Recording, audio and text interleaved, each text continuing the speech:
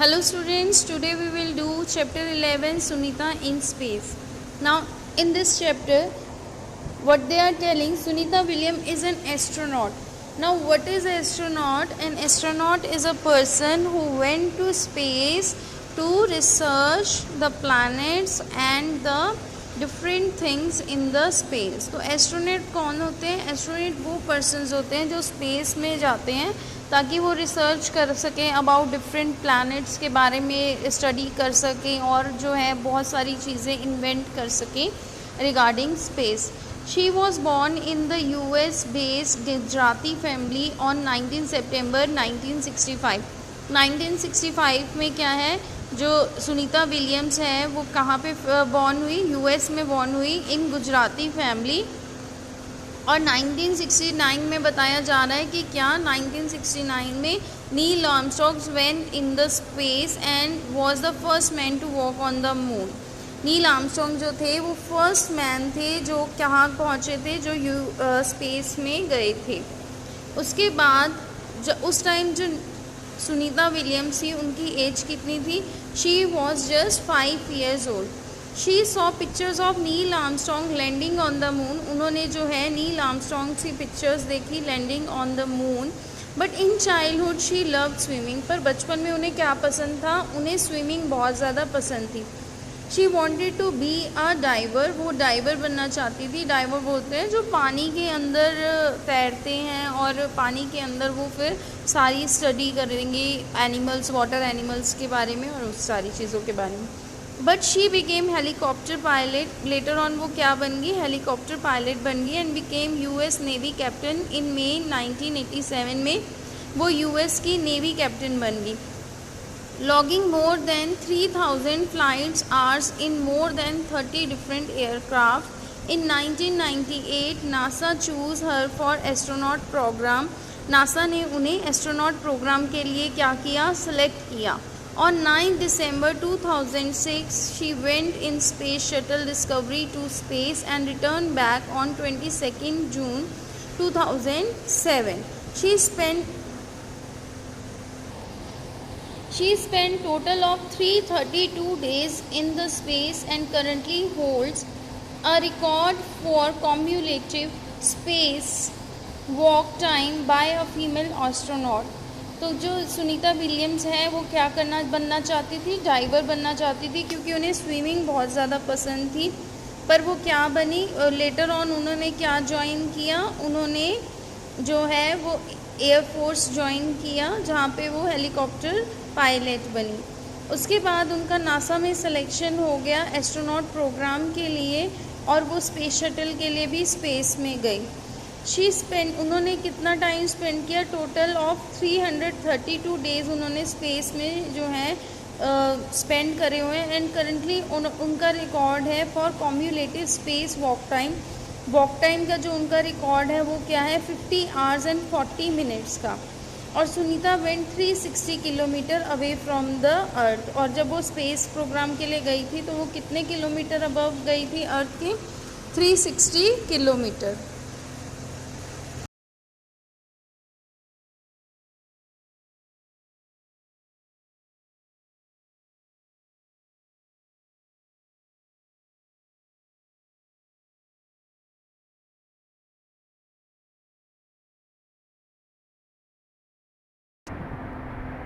Sunita often gives her own example to tell children that if you want something but you get something else, do not give up.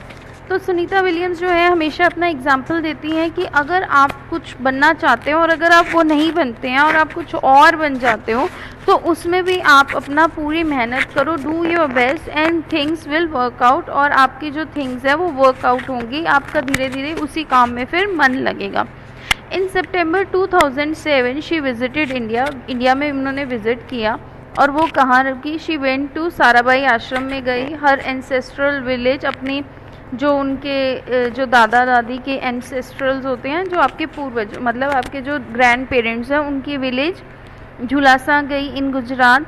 She was awarded Sardar Vallabh Bhai Patel Vishwa Pratibha award उन्हें दिया गया. On 4 October 2007 she spoke at the American embassy school, उन्होंने embassy school में बात की. There one child asked her that what she wants to become in future, कि वो आगे फ्यूचर में क्या बनना चाहती हैं. तो उन्होंने बताया कि वो एक स्कूल टीचर बनना चाहती हैं ताकि वो बच्चों को क्या है साइंस और मैथ्स के बारे में बता सके और बता सके कि कैसे ये दोनों चीज़ें जो हैं आपस में इंटरलिंक हैं. Then she met Mister Manmohan Singh, फिर वो उस टाइम जो मनमोहन सिंह जो प्राइम मिनिस्टर थे उनसे भी मिली. तो सुनीता विलियम्स के बारे में इस तरह से बताया गया कि स्पेस में किस तरह से कैसे वो स्पेस प्रोग्राम के लिए सिलेक्ट हुई. और जो सुनीता विलियम्स हैं, फॉर योर नॉलेज आपको मैं बता दूं कि वो क्या है. वो सेकंड इंडियन ओरिजिनेटेड वुमेन है जो कहाँ गई, स्पेस प्रोग्राम में गई. उससे पहले कल्पना चावला गई थी जो फर्स्ट लेडी थी, बट अनफॉर्चुनेटली उनकी क्या हो गई, डेथ हो गई. नील आर्मस्ट्रॉन्ग जो है वो वैसे वर्ल्ड के जो है first man to walk on the moon, वो फर्स्ट मैन है for to walk on a moon. और अगर हम इंडिया की बात करें तो इंडिया के जो फर्स्ट मैन हैं वो हैं हम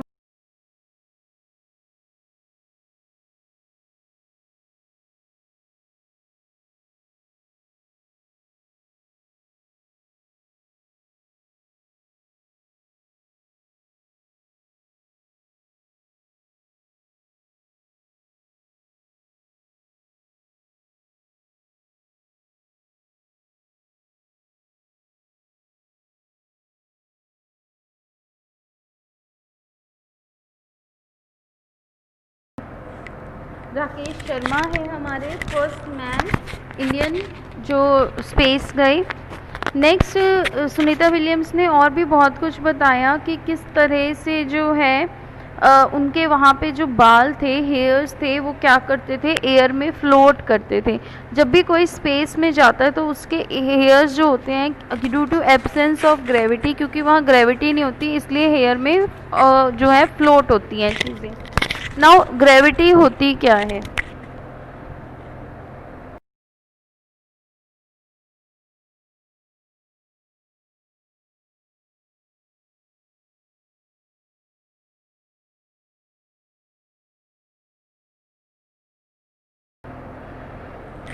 ग्रेविटेशनल फोर्स होती है वो फोर्स जो क्या करती है, अर्थ जो है जिसकी वजह से सब चीज़ों को अपनी तरफ अट्रैक्ट करती है.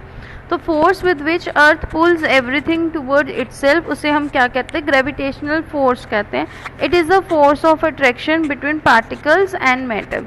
जैसे कि एक बॉल है, अगर आप उसे थ्रो करो तो वो दोबारा से अर्थ पर ही आएगी. जो ट्रीज़ हैं, ट्रीज़ में जो एप्पल्स हैं वो भी क्या है, ड्यू टू ग्रेविटेशनल फोर्स क्या है, अर्थ के ऊपर ही गिरते हैं. तो ये है ग्रेविटेशनल फोर्स. सबसे पहले न्यूटन साइंटिस्ट ने ये चीज़ ऑब्जर्व करी जब वो एक पेड़ के नीचे रेस्ट कर रहे थे, उनके ऊपर क्या गिर गया, एप्पल गिर गया. तो उन्होंने सोचा कि व्हाट इज़ द रीज़न कि भाई जो हर चीज़ है वो नीचे ही गिरती है. तो देन ही डिस्कवर्ड कि this is due to gravitational force, क्योंकि अर्थ के अंदर एक ऐसी फोर्स है, एक ऐसी ताकत है जो हर चीज़ को अपनी तरफ अट्रैक्ट करती है. जैसे कि अगर आपने मैग्नेट्स भी देखे हो तो मैग्नेट्स अगर जो हम हैं, मैग्नेट्स क्या होती हैं, आयरन को अपनी तरफ खींचती है. तो आप इस तरह से ले सकते हो कि अर्थ में भी ऐसी कोई चीज़ है जो हर चीज़ को अपने अंदर क्या करती है, खींचती है. जैसे एक हैवी मैग्नेट अगर आप ले लें, हैवी मैग्नेट क्या करेगी, आयरन नेल्स को अपनी तरफ अट्रैक्ट करेगी.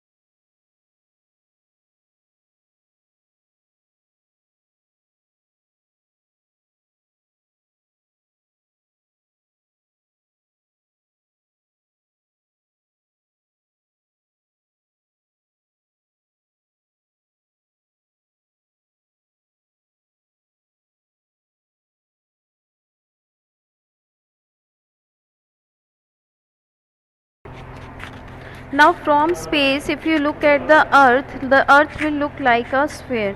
अगर आप स्पेस से अर्थ को देखेंगे तो अर्थ कैसे लगेगा, एक स्फेयर की तरह लगेगा. We can represent the earth as a globe. आप उसको अर्थ को जो है एक ग्लोब के फॉर्म में भी रिप्रेजेंट कर सकते हैं. अब ग्लोब है क्या, ग्लोब एक मॉडल है, वो एक मॉडल बनाया गया है ताकि ये समझा सके कि अर्थ जो है वो कैसी है.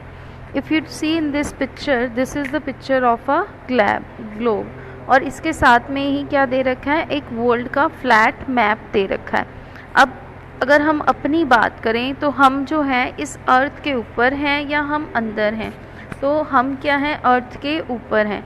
अब जो कंट्रीज़ हैं, जैसे कुछ कंट्रीज़ क्या हैं इस ग्लोब को अगर आप ध्यान से देखें तो वो क्या है, नीचे की तरफ है, ग्लोब के नीचे की साइड है. तो वो जो कंट्रीज़ जहाँ पे जो नीचे की साइड है, why people standing there don't fall. जो अगर इन केस अगर आप एज्यूम करो कंप्लीट अर्थ को इन स्पेस की, एक बॉल जो है वो स्पेस में है और सारे जो पीपल हैं वो क्या है, इसके ऊपर हैं. तो ऐसा होना चाहिए कि जो स्पेस में ये जो बॉल है उसमें जो नीचे की तरफ लोग हैं वो नीचे गिरने चाहिए. पर ऐसा नहीं होता है कि वो कहाँ रहते हैं, वो स्टिक रहते हैं ऑन द अर्थ. वो किस वजह से स्टिक रहते हैं, वो स्टिक रहते हैं ग्रेविटेशनल फोर्स की वजह से. तो ग्लोब क्या है, globe is a 3 dimensional scale model of the earth in a spherical. It is spherical. It can represent surface features, direction, distances more accurately than a flat map. अब इस globe में अगर आप ध्यान से देखें कुछ पोर्शन हमारे क्या हैं, ब्लू कलर के हैं. तो वो ब्लू कलर हमारा क्या रिप्रेजेंट करता है, वो वाटर सोर्सेज, सीज और ओशन को रिप्रेजेंट करता है. We can mark different countries on it. हम इसमें डिफरेंट कंट्रीज एक ग्लोब में देख सकते हैं. These are not natural divisions. इसमें जो डिविजन्स करी गई हैं, बाउंड्रीज बनाई गई हैं, वो नेचुरल नहीं है. वो आप एक्चुअल में आपको वो नहीं मिलेंगी. ये हमने इमेजिनरी डिवाइड किया गया है इसको, अर्थ को. The earth has 2 poles. 2 poles होते हैं, एक नॉर्थ पोल और एक south pole. There is a line called equator. एक इक्वेटर की लाइन जो है वो ग्लोब के बीच में से जा रही होती है, जो डिवाइड करती है अर्थ को इनटू 2 पार्ट्स में. नॉर्थन हेमिस्फीयर उसे कहते हैं और साउथर्न हेमिस्फीयर कहते हैं. तो जो नॉर्थ पोल की साइड जो अपर हेमिस्फीयर हो गया उसको नॉर्थन, और जो साउथ पोल की तरफ जो नीचे वाला स्फीयर हो गया that is southern hemisphere. People live everywhere in the lower part of the globe. Countries like Brazil, मैंने अभी बताया था कि जो ग्लोब है उसमें कुछ कंट्रीज़ जो है नीचे की तरफ पड़ती हैं, जैसे आपकी ब्राज़ील हो गया, अर्जेंटीना आर प्रेजेंट. और वहाँ पे जो पीपल हैं वो फिर नीचे क्यों नहीं करते, क्योंकि due to gravitational force. When we see earth from the space we can not mark different countries. अगर हम स्पेस से देखें अर्थ को तो हमें नहीं पता चलता कि डिफरेंट कंट्रीज़ कौन सी हैं. वहाँ से हमें सिर्फ क्या दिखता है, ब्लू पार्ट और डार्क पार्ट दिखता है जो लैंड का है, और ब्लू पार्ट जो वाटर का है. बट ऑन ग्लोब पर हम ग्लोब में वी मार्क कंट्रीज़, हम कंट्रीज़ को मार्क कर सकते हैं. Sunita couldn't make out Pakistan, Nepal, Burma. उसे कुछ नहीं पता चला कि कौन सी कंट्री कौन सी है from the space. But we mark all the countries on the globe like India, Pakistan, China, Bangladesh. There is no line of demarcation on the ground among countries and among states. It's all on the map. If we see India closely, we can mark states also. If the earth is round, then why we do not fall off? अगर earth round है तो हम नीचे क्यों नहीं गिरते. तो ये मैंने अभी आपको पहले ही समझा दिया है, वो हम क्यों नहीं गिरते, क्योंकि ग्रेविटेशनल फोर्स की वजह से. जो अर्थ है that it is attracting everything towards its centre. जैसे अगर एक एप्पल ट्री अगर गिरता है तो वो कहाँ गिरेगा, नीचे अर्थ पे गिरेगा. If you throw a ball, वो आप जितनी मर्जी ऊपर फेंक दो लेकिन वो वापस कहाँ आएगी, अर्थ पर ही आएगी. एग्ज़ाम्पल के लिए अगर आप एक मैग्नेट लेते हैं, मैग्नेट क्या करती है, आयरन को अट्रैक्ट करती है. तो अर्थ को भी आप क्या कंसीडर कर सकते हो, अर्थ को भी आप कंसीडर कर सकते हो कि एक बहुत बड़ा ऐसी उसके अंदर कोई फोर्स है जो हर चीज़ को क्या कर रही है, अपनी तरफ अट्रैक्ट कर रही है. अब जो सुनीता विलियम्स है, सुनीता विलियम्स ने बताया कि जब वो स्पेस में गई तो वो कैसे खाना खाती थी, कैसे वो पानी पीते थे. तो क्योंकि वहाँ पे ग्रेविटेशनल फोर्स नहीं है तो इस वजह से उनको they don't need to comb their hairs, उनको कॉम करने की ज़रूरत नहीं पड़ती थी। उनके जो बाल थे वो हमेशा क्या होते थे, स्टैंड होते थे। और उनको अपने जो स्पेस क्राफ्ट है उसके अंदर क्या है, मूव ऑन करना पड़ता था ताकि वो जो फ्लाई कर रहे हैं उनका फूड उसको पकड़ सकें। इसी तरह से अगर उन्हें पानी भी जो होता था, वो पानी क्या होता था, वो एक ड्रॉपलेट्स की तरह स्काई में जो है फ्लोट करते थे और फिर पानी पीने के